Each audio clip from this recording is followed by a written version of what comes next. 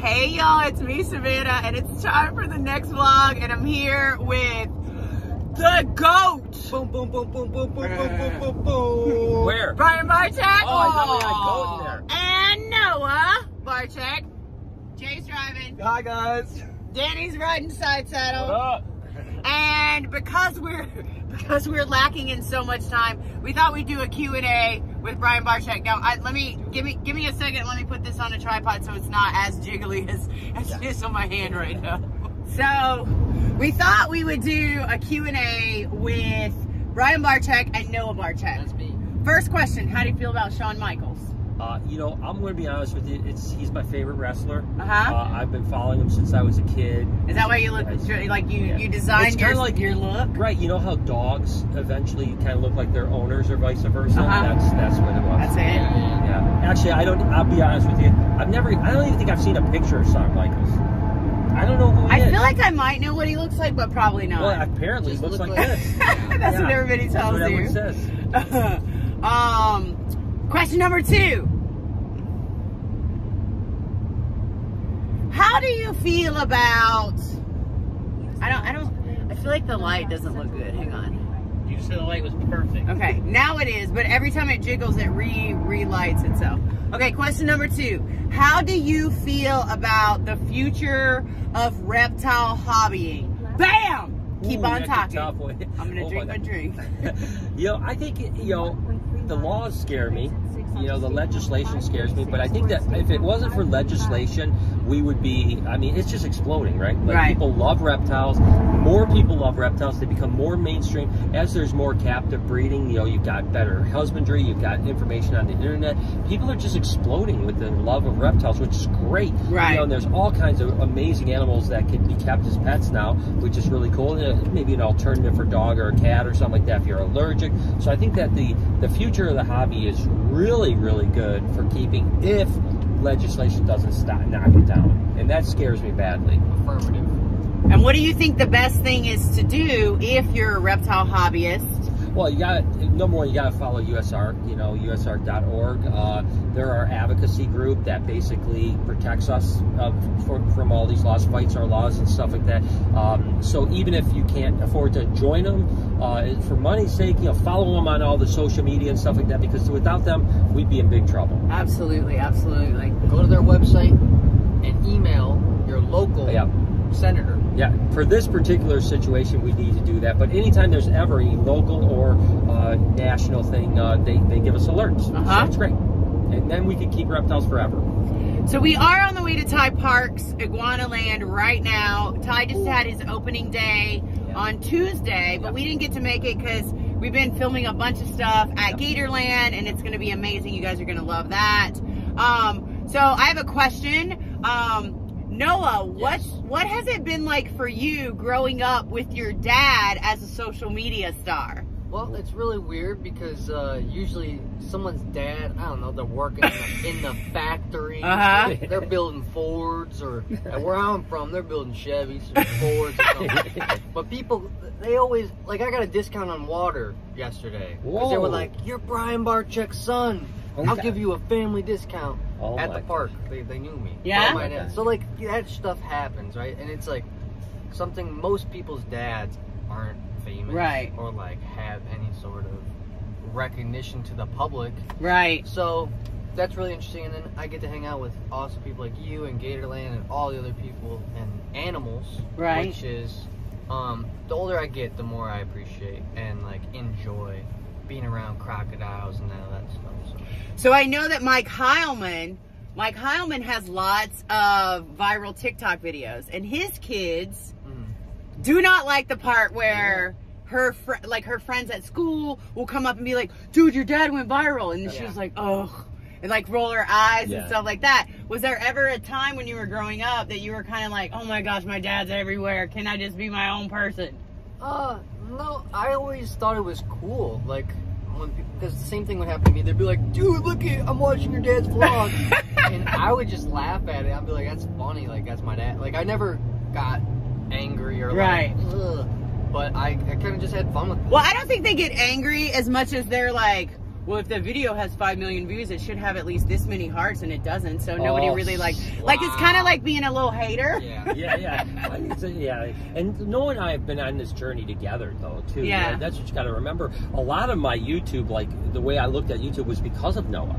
You know, because Noah was at that age where he was, into YouTube, so he knew, he knew all the YouTubers as far as like who's cool and stuff like that. And I remember coming down to Orlando to Playlist Live, and when we got kicked out. Not that time, a few years before that with Noah, and like I didn't know anyone. I was walking around, and literally it was funny. I met this guy who at the time was one of the really giant YouTubers, right? And I met him, and Noah, I'm like, I don't know who this guy is, right? So literally we meet him, and then Noah tells me who he is. Then the next day, I go up, and Noah's like, oh, there's Jesse Wellens. I go up and I go, hey, it's nice to meet you. And literally he goes, yeah, we met yesterday.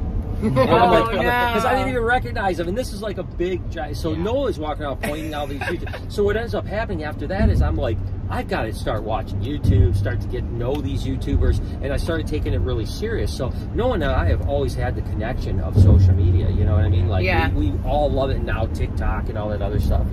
So it's cool that we're in it together. It's a collaboration. That's really cool. So I don't know if you guys know this part of it, but Jay, who films for Brian Barczyk, that's me. Hi guys. He's driving. Yeah. Jay actually came to Gatorland to try to film for us, but then we didn't have a YouTube channel at the time, and it just so happened that Brian was in the park that day. And I stole him. Stole him. Stole him? Because we really need a Jay. We really need an editor. If we had an editor, we wouldn't be doing this van Q&A right now, because we would have something awesome that I just haven't had time to edit, what with all the taking care of every like me and Danny have been. So Jay, find us a Jay. I'm trying, dude. We need a Jay. I really am. This guy walking down the street can do it. He's got a pink. He's all pink. Yeah, he's pinked out. He might know how to edit. He might know how to edit. Oh, yeah, he definitely All right, Brian, what's your favorite song? Oh boy, favorite song. My Q&As are all over the place. They are all over the place. What is that? Just shoot. Shoot from the hip. I think. It's been a while. Yeah, okay, can I give you the bands? Yes. Yeah, give me a band. I like. No. Korn. Okay. Stained. Who's the lead singer for Stained? I don't know. What's his name? I'm gonna cut this part out. What's his name? The lead singer for Stained. Oh, does that mean I get a break? Yeah, get a break for a second. My arm. I don't know. Wait, you want me to look it up? No, because I'm gonna tell you a super funny story. Oh, I can look up this. Andrew or Aaron stop? Lewis. Okay, so pull it back up. Okay, so here's the funny story. So I worked in radio for iHeartRadio, and I was doing a morning show, and I had an interview with Aaron Lewis. And at the time, Stained was like at the top of its game, whatever. And Aaron Lewis can verify this story if he wants to or if he doesn't. But I had to interview him, and it was an off-air interview, and I had the microphone on and the headset on, and everyone had told me that he was really mean, right? Really? So I'm on there, and we're not connected to him yet, like, because his people dial in, right? And I'm sitting there, and I'm like, oh my gosh, this guy's going to be so late for this interview, and I heard he's really nasty anyway, so I don't really want to do it. And then this guy goes, I'm sorry, what'd you say? And I was like, no, I'm just still waiting for Aaron Lewis. And then he goes, well, this is Aaron Lewis. And I was like, hey, oh my gosh, how's it going? Did he say anything? And he was like, did you really hear all that bad stuff about me? And I was like, yeah, I did. Like, I'm so sorry that you had to hear all of that, but I really did. And he was like, oh man, well, I'm glad somebody let me know, because I really think I'm a nice guy. And like I hate that people think that. So it was a really neat sort of kind of. Yeah. He probably remembers you now forever. Well, like, you're the one that called me out. But you know what? Certain situations like that cause people to change what they do and how they behave and things like that. I've got a similar story. Okay. So I was doing just a little AM radio show called Animal Talk up in Detroit. It was syndicated, but probably 5 people watched it or something like that. But the guy, or listened to it, but the guy that ran the show would do a lot of Animal Planet, interviews and stuff like that. So sure enough, we have, it was actually Clint Eastwood's daughter and son, I believe, both had done this animal show called like Pet Highway or something like that. And so we have them on the thing, and we're interviewing them, and we interview them quickly, and then we go to commercial, and we're going to interview them on the other side. I didn't realize that they could still hear me, and I go, we should ask them how quick their show's going to get canceled because it sucks so bad. Oh no! Legitimately, they literally hang up the phone and their publicist calls us. Oh, no. Online. So literally online their publicist rips me apart. We will never do an interview with you again. This was so unprofessional, blah blah blah. So yeah, that was so I don't think the East was like me anymore. That's hilarious. So I also, just on the same note, since we're just talking and I don't know how long this will be, and hopefully I don't even have to edit it, I'm just gonna leave it the way it is. Go. So at that same radio station, which was called O-Rock. So it was K-Rock in LA's little sister station in Orlando. And Bert Kreischer came in before he was famous, right? And I'm trying to do an interview and I'm talking to him and he was tired because it's like 6 o'clock in the morning. And I'm like, dude, what is wrong with you? Like, why aren't you like I'm trying, I'm giving my all, right? And finally he was like, well, something, I'm working on this. And I was like, well, you probably should be working on your comedy because you're not very funny, right? So then he leaves and he goes across the street to the other radio station, as people do.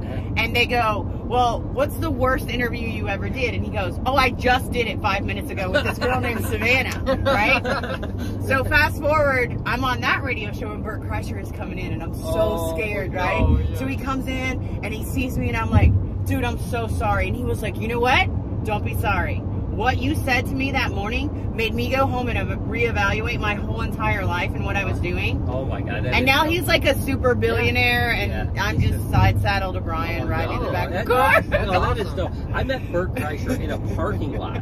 Believe it or not, just seriously. As is his way. Yeah, I met him in a parking lot and I was actually at, we have the same agent like thing, and so I was at my agent's parking lot in LA, and I pull up, I'm getting out, and sure enough, Bert Kreischer's there, and I'm like, Bert, oh my God, I love your stuff. Nicest guy in the world. Nicest guy in the world. Took pictures. He followed me on Twitter. Oh, he's a super cool guy. So yeah, that's funny that you ragged on him because he is a funny dude. But then, like, we went and we did an event together, and we like partied together, and it was all good. It was so great, awesome. and yeah, there have been times in my life where somebody's been like, hey, you might want to check yourself on what you're doing here, like, and all of those sort of what do I call them, like that's right. Yeah, they call them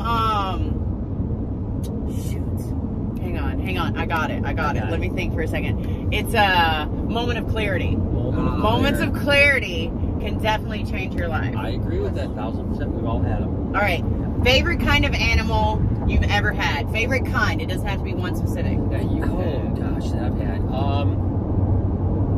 That's so hard. You know, I know. I always say just it's like one favorite. I know it's always like asking a mother of 3 who their favorite kid is, right? I still think that my rhino Bella is my baby. She's my baby. I mean, I love her to death, and it's hard because I'd say monitors and alligators are so close, close. But Bella, my rhino iguana, is still. There's just something special about that animal to me. I mean, she changed my whole life. She's super sweet. Yeah, she changed my whole life. I mean, I tell people this moment of clarity is that I went from like seeing reptiles one way to once I had her seeing reptiles in a completely different light. That you can have a relationship. They can learn to know you, and it's amazing. I mean, she won't come down for pets for anyone but me. And like she just looks at everyone like, get out of here. But then I call her and she comes down for me. It's special. You just don't think of a reptile as recognizing someone and having that bond. You know what I mean? And she wants pets. She closes her eyes. She loves attention. So yeah, I think she's got to be it. Noah?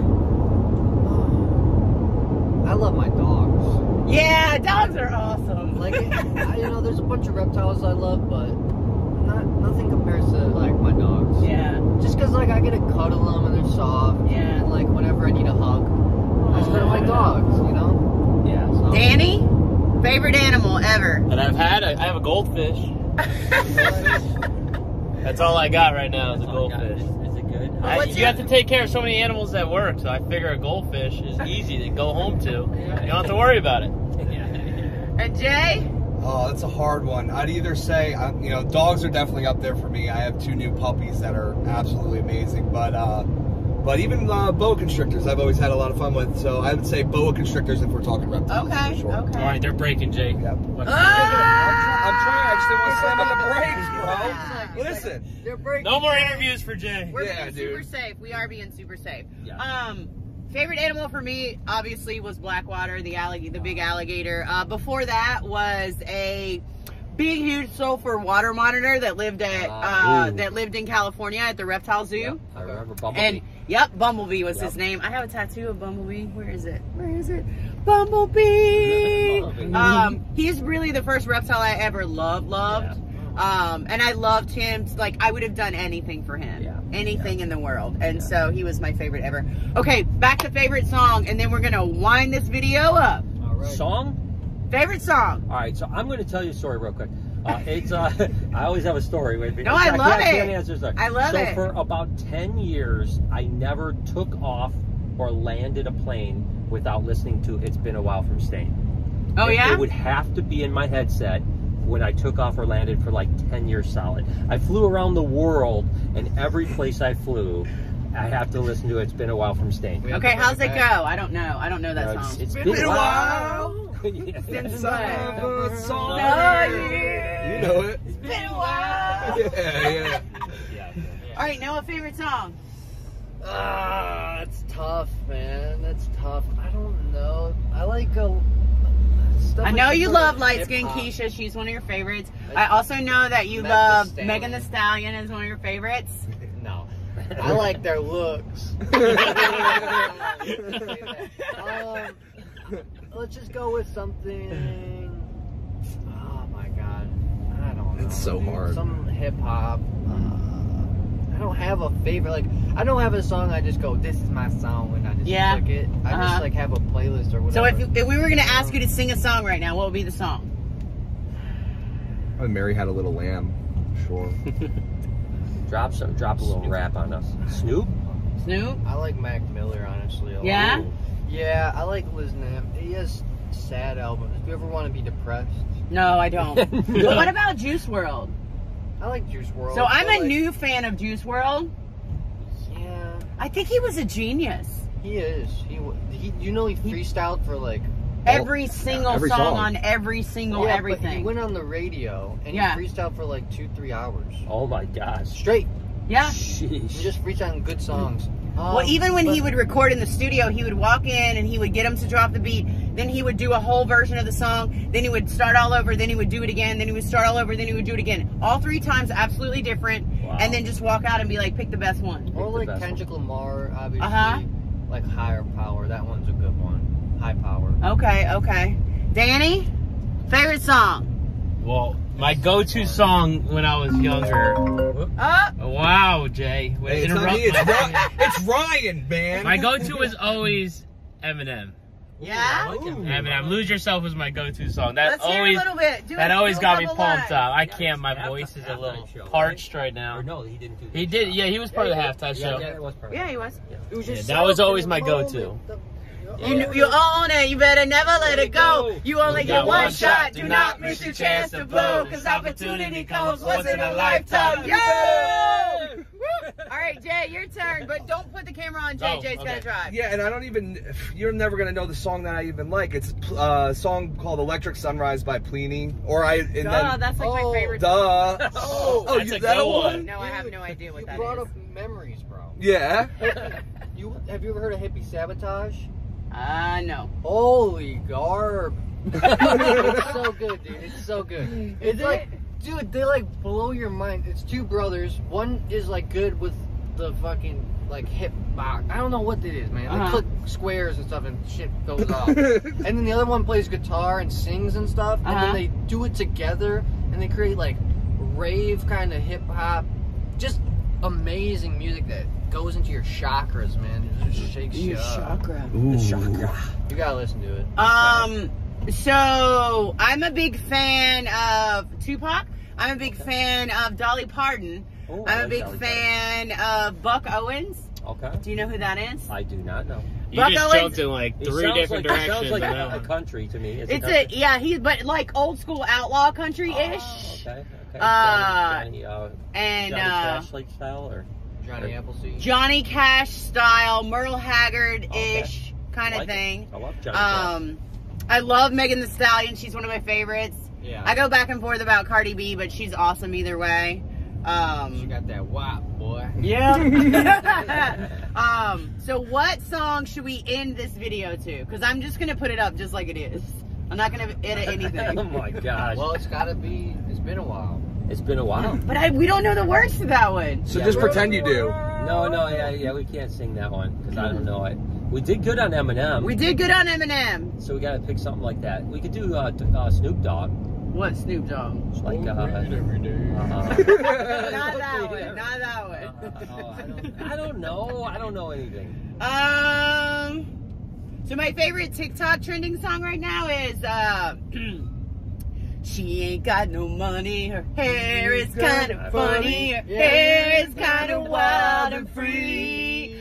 Oh, but love grows where my rosemary goes, and nobody knows but me. That's all the words I know to that. I knew that last little bit. That was it. That's in Guardians of the Galaxy. Oh, yeah, that's right, it is. Yeah, it is. Yeah. What is that other song in Guardians of the Galaxy? I don't know. One word. I can't fight this feeling deep inside of me. Oh, different song.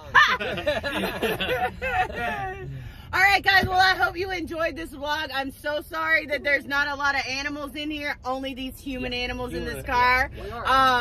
And you know, hopefully you like this one. But we haven't had time to put up the other one. We have lots of fire stuff coming down the pipe. But we've been really caught up with a special surprise video that nobody even knows about at Gatorland. The only people that know are the people in this car and the people that are coming. So it's gonna blow your mind when you see it. I hope you guys all see it, and then you come back and let us know, like, oh, that's what you guys were talking about that time. But for now, check that like button, smash notifications on, and please don't forget to subscribe to this channel. Tell your friends too. We sure do love you guys, and we'll see you again tomorrow. Bye.